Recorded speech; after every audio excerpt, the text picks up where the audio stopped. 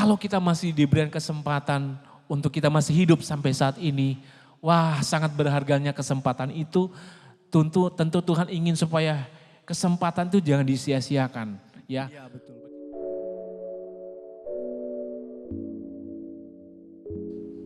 Halo History Maker, gimana kalian di rumah nih? Kabar kalian semoga baik-baik saja ya. Nah pada hari ini sebelum kita masuk ke pembicaraan yang lebih dalam, aku mau jelasin tentang konten kita yang pertama nih.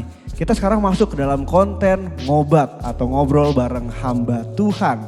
Nah di mana ngobrol-ngobrol ini kita akan mengulas bagaimana sih cara kerohanian, tapi lebih banyak rohani juga sih dan juga Alkitabiah. Nah di sini juga ada narasumber kita nih. Gimana Kak? Halo, apa kabar semuanya rekan-rekan muda, sahabat RPK yang ada di rumah tentunya kan gak kemana-mana ya. Ya, harus juga tetap jaga kondisi, kesehatan, terlebih harus jaga hati penuh sukacita dan penuh damai sejahtera. Iya betul sekali. Oke, tapi sebelum itu mungkin Kakak bisa perkenalkan dulu nih. Mungkin di sana ada orang-orang atau anak-anak yang belum beribadah di RPK atau belum beribadah di Ketapang atau mungkin mereka yang belum ya, beribadah. kita tentunya juga akan menjangkau anak-anak muda yang mungkin selama ini hidupnya belum terlalu dekat dengan Tuhan. Ya melalui acara ini, tayangan ini kita berharap mereka diberkati ya. Baik, saya perkenalkan nama saya, nama lengkapnya adalah Roy Kesuwu. Dan saya aktif melayani, terlibat langsung khususnya di dalam pelayanan remaja. Dalam hal ini remaja Pantai Kosta Ketapang dan kami ada di wadah satu gereja yaitu gereja GPD Ketapang. Jadi saya sudah berkeluarga, punya seorang istri dan 3 orang anak. Dan selama pandemi corona ini terjadi ya kurang lebih sudah 2 bulan lebih ya. Kurang lebih. Tetap bersemangat melakukan hal yang baik lah, yang positif. Tentunya memang bosan di rumah, tapi setidaknya kita harus berupaya bersyukur dengan apa yang kita hadapi sekarang. Harus bersyukur ya Kak intinya Kak ya. Iya betul, ya supaya kita nggak boring deh istilahnya kan. Tapi gini loh Kak, di teman-teman saya itu ya kadang-kadang mereka ada yang bilang boring mungkin karena mereka nggak suka diam di rumah, mungkin demen yang ngobrol. Atau juga mungkin ada yang teman-teman yang lain yang demen main game di rumah, mereka merasa senang-senang aja gitu Kak. Iya. Ya tapi ada tipikal orang beda-beda gitu ya, kan. Masing-masing orang punya tipikal yang beda sih. Saya aja nih kayak ibaratnya contohnya di rumah kamu gimana nih? Aduh karena masih kuliah gitu kayak banyak tugas, banyak apa ini itulah yang kadang-kadang mendadak lah Kak ya. Mungkin karena kerjanya sendiri kali jadi boring. Bisa jadi. Iya, selama ini kan kalau kuliah kerja bareng-bareng ya. Ketemu teman bisa sambil ngobrol. Tapi kalau sendiri di rumah kadang-kala kan bosen. Iya. Tapi mungkin saking banyaknya itu tugas kali Kak ya. Jadi karena kan kayak lah kok jadi kayak terbeban begini, harusnya di rumah senang-senang. Kok jadi kepengennya kok keluar. Iya. Gitu loh Kak. Refreshingnya kurang kalau keluar ya. Refreshingnya kurang. Tapi gini Kak, oke kita mau ngebahas tentang ini nih. Apa namanya, gimana sih cara anak muda Kristen jalani hidupnya itu semasa pandemi ini loh. Nah ini seperti tadi Bram katakan memang masing-masing orang tipikalnya berbeda ya. Kalau saya seusia Kak, saya kan beda dengan usia Bram itu yang masih muda tentunya. Tentu banyak hal yang dipikirkan, hal yang menjadi planning ke depan apa sih yang saya mau lakukan. Nah kalau saya dalam kehidupan keseharian saya tuh selalu tertarik dengan hal-hal yang sepertinya belum pernah saya coba gitu. Ya, hal yang menarik saya contohnya nih. Apapun yang saya bisa lakukan di rumah walaupun mungkin ya tidak banyak. Tapi saya berusaha untuk melakukan hal yang bisa saya kerjakan, yang bisa dinikmati orang lain. Contoh gitu ya. Karena memang di rumah mungkin masing-masing orang ya tentunya nggak punya banyak ada misalnya internetan ya. Tapi puji Tuhan saya tidak hanya menggunakan internet untuk hal-hal yang lain aja. Tapi saya manfaatkan untuk hal yang positif. Kayak misalnya cari konten-konten yang bisa. Contoh ya, saya buka bagaimana cara menghemat energi lampu gitu. Saya berusaha untuk ikut, ternyata ada cara untuk bisa menghemat energi lampu dengan menggunakan magnet gitu. Saya coba untuk lakukan hal-hal itu. Jadi saya beli barangnya dan saya pesan, karena kita kan sudah menggunakan cara beli online sekarang. Ya, jadi betul, sudah gampang sebenarnya. Semua online sekarang Kak. Iya, jadi kita tidak perlu terlalu pusing, aduh saya ngapain ya mau main game atau anak saya juga seperti begitu mengeluh gitu, bosan untuk main game. Tapi saya alihkan kebosanan itu dengan hal yang bisa saya lakukan untuk bisa dinikmati orang lain gitu. Orang-orang lain menikmati dan bisa menjadi berkat gitu ya. Dan saya percaya kita diberikan oleh Tuhan begitu banyak skill, talenta yang bisa kita kembangkan secara pribadi. Seharusnya kesempatan yang bernilai yang Tuhan diberikan di mana kita berada diam di dalam rumah, kita bisa lebih dekat dengan orang tua, ya kan? Kita bisa berkomunikasi. Selama ini mungkin teman-teman apalagi orang tuanya sibuk bekerja, wah sangat jarang punya kesempatan ngobrol sama orang tua. Ya, bagaimana kalau Abram? Ya, kalau kata Kak Roy sih tadi bener sih ya, maksudnya kayak banyak hal yang bisa kita lakukan untuk mengisi ruang waktu ya. Kita tuh seperti Tuhan ingatkan kita benahi lagi kehidupan kita. Benahi lagi hubungan kita dengan sesama gitu. Ya, sudah jarang ngobrol sama orang tua, sudah jarang untuk bisa curhat, apalagi anak cowok. Aduh, paling susah kan? Iya, betul untuk sih, bisa Kak. curhat sama orang tua. Bener sih Kak. Paling ya mungkin ada beberapa teman-teman yang mungkin bisa curhat ke orang-orang tua, tapi sebagian ada yang mungkin mereka malu gitu kan ya Kak. Nah, justru kesempatan inilah Tuhan izinkan untuk kita dapat pergunakan kesempatan itu gitu. Jangan kita sia-siakan.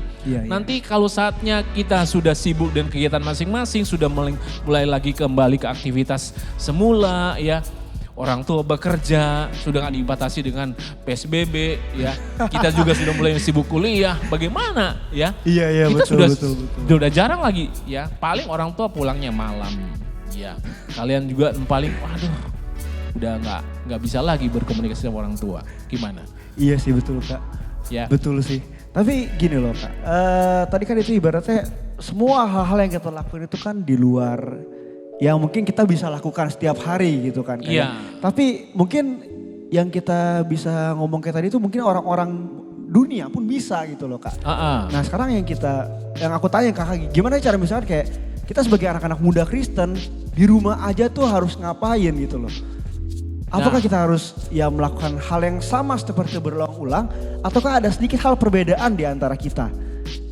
Ya tentunya kita sebagai anak Tuhan dituntut untuk bisa melakukan hal yang baik tentunya. Ya, hal yang bisa menjadi sesuatu yang positif gitu. Dan kita sebagai anak Tuhan condong kita terbiasa bahwa saya sudah terpola dengan kehidupan keluarga seperti ini. Ya. Kita nggak keluar dari zona nyaman itu. Kita harus bisa keluar dari zona nyaman kita. Apa sih yang bisa saya buat selama pandemi corona ini masih terjadi? Solusi-solusi apa yang bisa saya lakukan untuk bukan hanya untuk diri saya gitu. Ya kalau mungkin banyakkan anak-anak muda ya lebih ambil waktu lebih banyak buang waktu untuk main game lah, untuk kesenangan hobi masing-masing. Tapi justru Tuhan sementara memberikan satu kesempatan bagi kita loh. Apa sih yang dapat kamu lakukan gitu untuk orang lain selain dirimu gitu.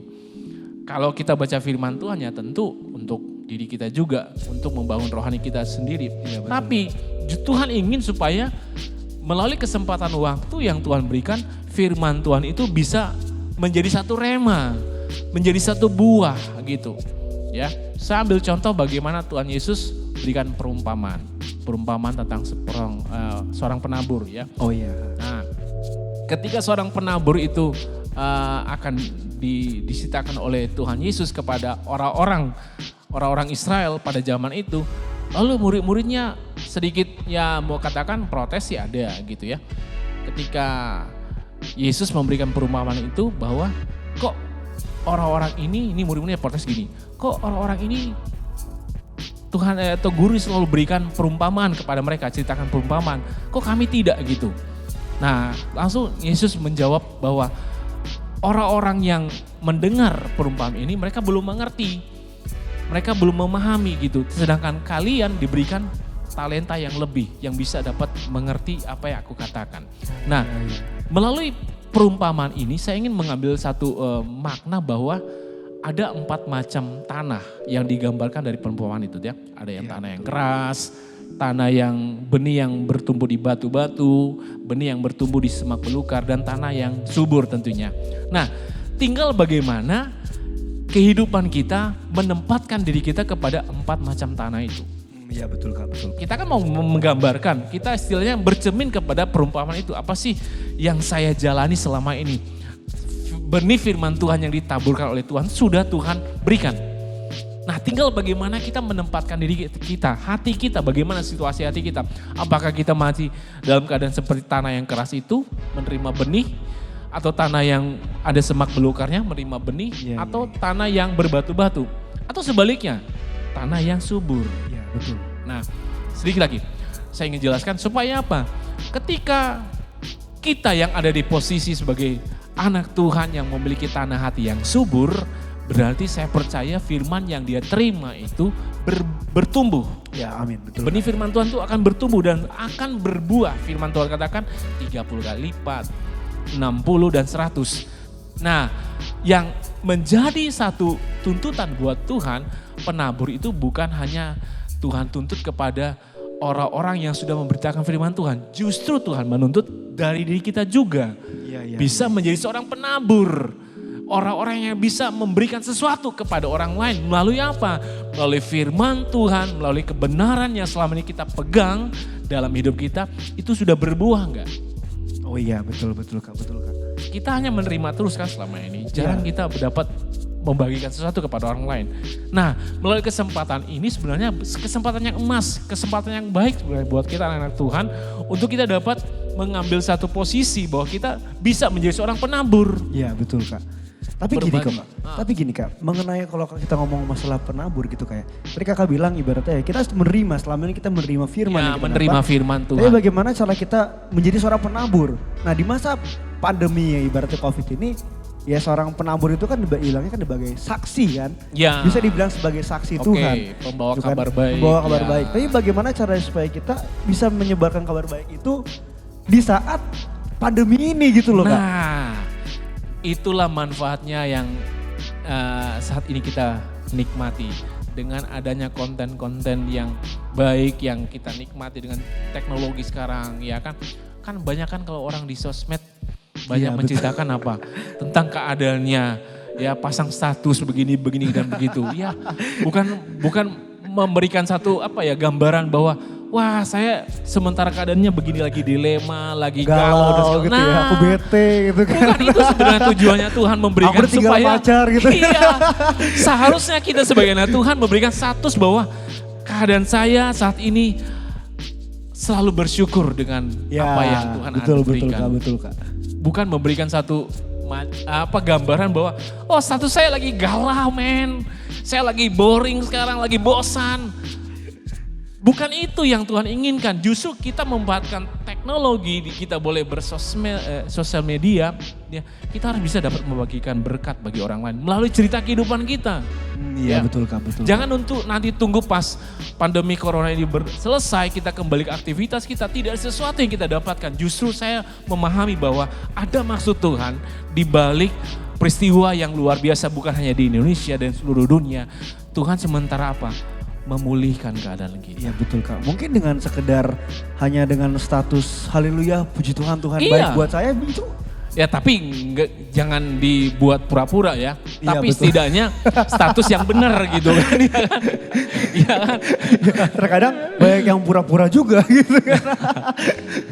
Gini loh Kak, tapi aku keinget satu ayat ya Kak. Tadi aku mau buka di Pengkhotbah 12 ayat 1. Ini kan ingatlah akan penciptamu pada masa mudamu sebelum tiba hari-hari yang malang dan mendekat tahun-tahun yang kau katakan tak ada kesenangan bagiku dalamnya. Apakah di saat ini di sini dibilang ingatlah akan penciptamu pada masa mudamu. Apakah di sini kita harus mengingat pada Tuhan terus memang gitu kan Kak ya. Tapi di sini dibilangnya Kak sebelum hari-hari yang malang. Ya. Apakah di sini termasuk hari-hari yang malang? Justru itulah Tuhan gitu sementara izinkan ya hari-hari yang malang itu terjadi. Kita lihat ya saya tuh senang baca menonton berita ya. Kita lihat bahwa banyak sekarang malah bukan saya berharap gak ada anak Tuhan yang ikut tawuran. Justru banyak sekali sekarang kejadian-kejadian dengan adanya peristiwa ini kok bukannya berdiam diri di rumah malah bersenang tawuran. Ya. Iya. Betul kan? Apalagi yang ditangkap polisi adalah anak-anak remaja, anak-anak yang masih muda, anak-anak yang masih bersekolah.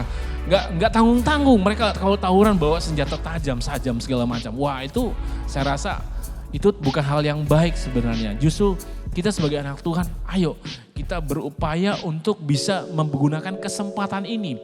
Di hari-hari yang malang ini, di hari-hari yang gelap ini, kita harus bisa membuktikan saya bisa menjadi terang. Ya betul. Bagi orang lain gitu, ya. Dan saya percaya masing-masing kita punya satu visi yang Tuhan taruh, karena kita mungkin banyak kan yang mendengar atau mengikuti acara ini, tentunya kalian sekolah. Iya, iya. Kalian kuliah, kalian punya teman, mungkin punya ada sahabat. kerja juga gitu kan. Dan kalian mungkin punya teman yang belum kenal Tuhan. Ya itu dia. Yang belum percaya. PR itu Kak, PR berat itu. Itu adalah kesempatan buat kalian gitu untuk membuktikan saya bisa menjadi berkat bagi dia. Ya, menjangkau dia. Iya betul Kak. Ya kan, mengingatkan, mendekatkan orang-orang yang belum mengenal Tuhan untuk lebih memahami bahwa situasi yang terjadi itu bukan di luar kendali daripada Tuhan, tetapi ada dalam pengendaliannya Ya, Tuhan. justru kita harus percaya bahwa lewat pandemi ini banyak orang-orang bisa percaya Tuhan gitu Kak ya. Iya, amin. Lewat Saya ibaratnya percaya lewat kita yang akan mulai banyak terjadi ya. Ini masa-masa penuaian saya katakan ya. Iya betul Kak. Karena apa? Saya tuh menyadari bahwa saat-saat ini Tuhan sementara menampih orang-orang yang percaya, orang-orang yang setia, orang-orang yang mengikut Tuhan, sampai sejauh mana kita mengakui Tuhan itu ada. Ya kan? Banyak kan nanti pas ke gereja baru, saya mau memuji Tuhan, saya mau beribadah pada Tuhan. Tapi kalau situasi kayak gini kita nggak ke gereja bagaimana? Masih buka nggak ibadah betul, online? Betul. Iya benar. Kalau ibadah orang hanya sekedar di TV saja atau di handphone aja. Masih buka nggak renungan firman Tuhan? Masih baca Alkitab nggak? Masih berdoa nggak? Nah itu dia. Ya. Iya sih betul Kak. Justru harus banyak kesempatan kita miliki untuk kita menyadari, wah selama ini saya masih kurang setia, kurang taat, kurang bisa melakukan banyak hal untuk Tuhan. Seharusnya kita menyadari itu gitu. Supaya apa? Nanti pas kesempatan di mana kita boleh beribadahlah kembali, beraktivitas kembali, kita menjadi seorang yang saya katakan menjadi pribadi yang baru deh. Iya betul sih Kak. Ya kan? Betul sih. Harusnya lewat ini kita mesti belajar juga gitu kayak banyak belajar sendiri. Mungkin kita minta Tuhan untuk memberikan hikmat kepada kita gitu kan, kayak apa yang kita mungkin setiap hari baca Alkitab gitu kan. Nah, bisa keluar rajin sebenarnya. Bisa keluar dari sini jadi pendeta gitu kan. Sudah menghemat biaya, nggak jalan-jalan ke mall dan segala macam belanja. Itu udah menghemat biaya ya. Iya sih betul ya. Ya setidaknya kita lebih banyak menabung hal yang rohani. Untuk kedepannya kita menjadi orang-orang yang bisa. Lebih baik gitu Kak ya. Ya menjadi berkat saya katakan. Ya. Iya sih betul ya. Saya teringat ada satu firman Tuhan katakan begini. Firman Tuhan katakan yang saya ambil di Efesus 5 ayat yang ke-16. Coba teman-teman dibuka. Efesus 5 ayat yang ke-16. Firman Tuhan berkata, dan pergunakanlah waktu yang ada karena hari-hari ini adalah jahat. Nah, saya tertarik dengan terjemahan bebas bahasa Indonesia versi yang lain katakan begini. Maksud saya adalah supaya kamu menggunakan setiap kesempatan untuk melakukan yang baik. Karena zaman ini adalah zaman yang jahat. Nah, kita jangan sampai kehilangan kesempatan. Iya, betul. Karena kesempatan yang Tuhan berikan tuh gak akan datang kembali kedua kali. Jadi Tuhan mau kita sebagai anak-anak Tuhan menempatkan posisi kita sebagai anak-anak Tuhan yang bisa melakukan hal yang baik yang menyenangkan hati Tuhan dulu. Iya betul Kak. Itu akan berdampak kepada orang-orang di sekitar kita tentunya. Kalau kita melakukan yang baik untuk Tuhan, saya percaya Tuhan juga melihat bahwa dan menilai bahwa apa yang kita lakukan itu baik, menyenangkan Tuhan betul, dan pasti itu dampaknya kepada orang lain. Ya, dan mereka juga bisa melihat bahwa wah anak Tuhan tuh ternyata begini ya. Jangan sampai mereka tahu kita anak Tuhan, tapi kelakuan kita di luar anak Tuhan gitu loh. Jangan sampai kita membuka kedok kita nantinya. Ya, selama ini tersembunyi ya. Minum dulu Oke, sebentar ya. Silakan. Boleh dong Kak, boleh. Sambil kita santai-santai supaya nggak terlalu tegang. Ya, haleluya, puji Tuhan. Gitu anak loh, saya aja gitu, anak saya aja yang di sekolah aja itu masih SD ya yang satu. Dia bilang, aduh gimana nih, udah nggak sekolah lah, kapan sekolah Pi? Wah, saya bilang udah kamu banyak aja belajar. Dan ada hal yang baik yang saya lihat dari masa pandemi ini yang mereka lebih senang tontonan yang ini. Ada acara yang menarik di kalau buka di internet tuh yang Superbook. Wah, Apa tuh Kak? Kita nggak itu, tahu soalnya itu Kak. bagus itu. Ya, jadi mereka tertarik dan cerita-cerita Alkitab yang ditayangkan oleh Superbook. iya, Jadi iya, mereka iya, terbawa oleh kisah itu. Jadi saya katakan kepada saya, kalau kamu ingin ingin menjadi seorang yang bisa ikut mengikuti cerita Alkitab di kayak Superbook, kamu harus mengikuti apa yang baik yang dilakukan, yang dicontohkan. Makanya setiap hari putar itu terus Superbook, walaupun gak bosan, walaupun ya. Iya sih Kak. Kak tapi gini Kak, aku mau nanya Kak. Mumpung kita masih ada waktu nih, banyak waktu banget sebenarnya kita Banyak kali sekali ini ya. waktu, waduh. Aku mau nanya jangan nih boring Kak. ya. Jangan boring ya yang nonton lagi ya. Nonton. Aku mau nanya nih Kak, maksudnya kayak tadi Kakak buka di ayat Efesus 5 ayat 16 Kak ya. Oke. Ini aku buka di ayat yang membantunya di Kolose 4 ayat 5. Di sini ditulis hiduplah dengan penuh hikmat terhadap orang-orang luar, pergunakanlah waktu yang ada. Ini maksudnya dengan hiduplah penuh hikmat terhadap orang-orang luar, itu maksudnya gimana Kak? Nah ini artinya bahwa kita tuh harus memiliki satu pemikiran yang hidup yang bijaksana gitu. Oh, bisa mengambil hikmat iya, segala iya, sesuatu iya. yang terjadi. Jangan sampai kita menyalahkan Tuhan, menyalahkan oke. pemerintah, menyalahkan orang lain. Waduh kok saya semakin keadaannya makin susah, ya kan? Oh iya. Kita harus menempatkan diri kita sebagai anak Tuhan yang tahu bersyukur. Ya kan, makanya kita harus punya Tertampar ini Kak, hikmat tertampar ini Kak. dari Tuhan bahwa Iya, peristiwa iya. yang terjadi sekarang bukan hanya di Indonesia saja tapi di seluruh dunia. Kita harus mengambil hikmatnya, apa di balik peristiwa yang dahsyat ini. Iya, Jadi iya, betul kita sih, Kak. diminta sama Tuhan, berpikirlah bijaksana tentang bagaimana hidup di antara orang-orang yang belum percaya kepada Yesus. Iya. Ya. Dan pergunakanlah setiap kesempatan yang diberikan supaya kita memuliakan Tuhan. Oke. Ya. Betul sekali ya. Jadi harus banyak bersyukur dan berhikmat ya Kak ya. Jangan hanya banyak sekadar mengeluh. nyalahin aja ya, nyalahin pemerintah. Gue gak bisa keluar gara-gara pemerintah nih, gue gak bisa main-main gara-gara pemerintah nih gitu kan. Corona cuman flu biasa gitu kan, gimana? Saya ambil tentang kehidupan kami ya, Iya, keluarga ya. Kami tinggal di lingkungan kami tinggal sekarang memang KTP yang kami cantumkan alamatnya berbeda dengan tempat tinggal sekarang. Ya, Oke. ya karena situasi sekarang lagi pandemi corona ini, jadi banyak mengalir bantuan-bantuan kayak bansos gitu kan. Jadi saya berpikir dalam hati enggak. Kita mungkin nggak mungkin lah terima bansos kan semua sesuai dengan data dan alamat yang sesuai KTP. Betul. Tapi dari waktu ke waktu berjalan kemari kok kami kami nggak berharap ada bantuan ya. Ternyata ada bantuan juga yang disalurkan bagi keluarga kami walaupun hanya sekedar beras, minyak goreng. Karena kami nggak mungkin alamatnya nggak sesuai dengan tempat tinggal gitu kan. Pasti kan mereka punya data yang fix, yang sesuai dengan orang yang menerima bantuan. Tapi puji Tuhan ada aja bantuan yang diberikan buat kami dan kami bersyukur wah ternyata Tuhan tuh tidak pernah milih-milih orang gitu ya. Betul. Kadang-kala orang berpikir wah pasti di orang-orang tertentu aja yang dapat bantuan, di alamat-alamat yang sudah ditentukan. Jadi ya nggak usah lah berpikir yang macam-macam ya. Pasti Tuhan punya cara untuk dapat memelihara kita, menyediakan apa yang kita butuhkan. Anak Tuhan pasti dipelihara Tuhan ya Kak ya? Pasti dipelihara. Tapi anak Tuhan yang benar-benar dan sungguh-sungguh. Nah, bukan anak Tuhan yaitu yang Tuhan Yesus tentu yang anak pelihara Tuhan hidup yang kita ya. ece-ece gitu ya Kak ya. Anak Tuhan yang sekedar ngomong anak Tuhan tapi kelakuan bukan anak Tuhan. Betul sekali. Oke, mungkin sebelum kita tutup nih Kak ya. Ada pesan-pesan terakhir untuk anak-anak atau teman-teman? Nah, saya bukan mengharuskan tapi saya ingin memberikan satu dorongan bagi buat kita sekalian. Jadi kalau kita masih diberikan kesempatan untuk kita masih hidup sampai saat ini, wah sangat berharganya kesempatan itu.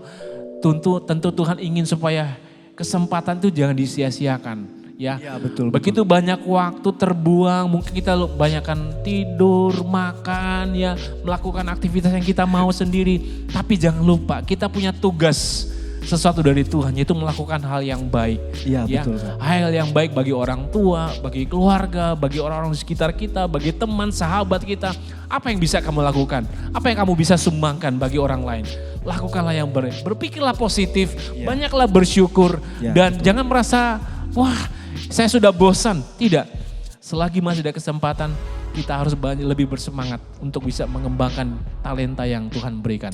Untuk kita dapat melakukan sesuatu bagi orang lain. Amin, puji Tuhan. Terima kasih Kak Roy ya untuk kesempatan kali ini nih. Iya, puji Tuhan. Mohon maaf sekali kalau mengganggu ya. Wah, sekali. Sebenarnya Mohon masih maaf. banyak cerita yang bisa saya sampaikan, tapi karena waktunya sudah dibatasi, ya nanti di episode berikutnya mungkin aja. di next ngobat atau di ngobrol-ngobrol santai kita akan ngobrol-ngobrol lagi ya. Saya Tenang, berharap teman-teman jangan bosan ya. Kak Roy gampang dihubungi kok, tenang. Bisa kita next konten sama Kak Roy lagi, bisa kok, tenang aja. Oke teman-teman, thank you banget ya sudah nonton kita ya. Sudah mendapat apa yang kita sudah obrolkan tadi. Mungkin teman-teman berkati, kita juga senang Kak ya. Ya. Oke, pada saatnya mungkin kita akan tutup Kak ya. Oke, Baik. tapi sebelumnya terima kasih teman-teman ya. Jangan lupa like, komen, dan subscribe. Dan bagikan kepada teman-teman kalian kalau kalian merasa terberkati dengan channel kita ini, dengan konten kita ini. Puji Tuhan. Ketapang punya slogan Kak ya? Sekali Yesus, Tetap Yesus. Tetap Yesus. Oke, kita bareng-bareng ya dari tetap semangat. tetap semangat. Oke, 1, 2, 3. Tetap semangat, tetap setia. Sekali Yesus, tetap Yesus. Tuhan Yesus memberkati. Dadah semua, thank you.